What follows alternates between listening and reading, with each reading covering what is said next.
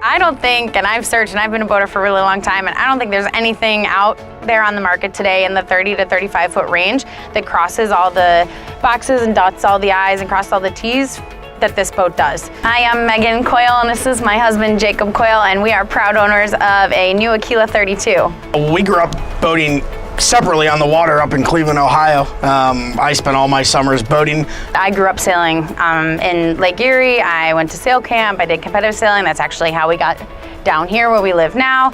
And I've also sailed around the world. And so I knew that when we started a family or someone who I wanted to settle down with, they better like the water because I was going to be on it the majority of the time. We wanted our kids to grow up with the boating lifestyle. I love being outdoors.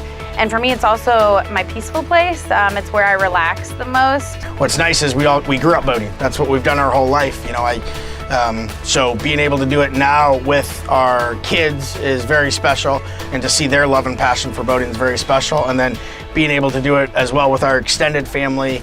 You know, anyone who kind of knows us knows that we're on the boat 2 to 3 days a week.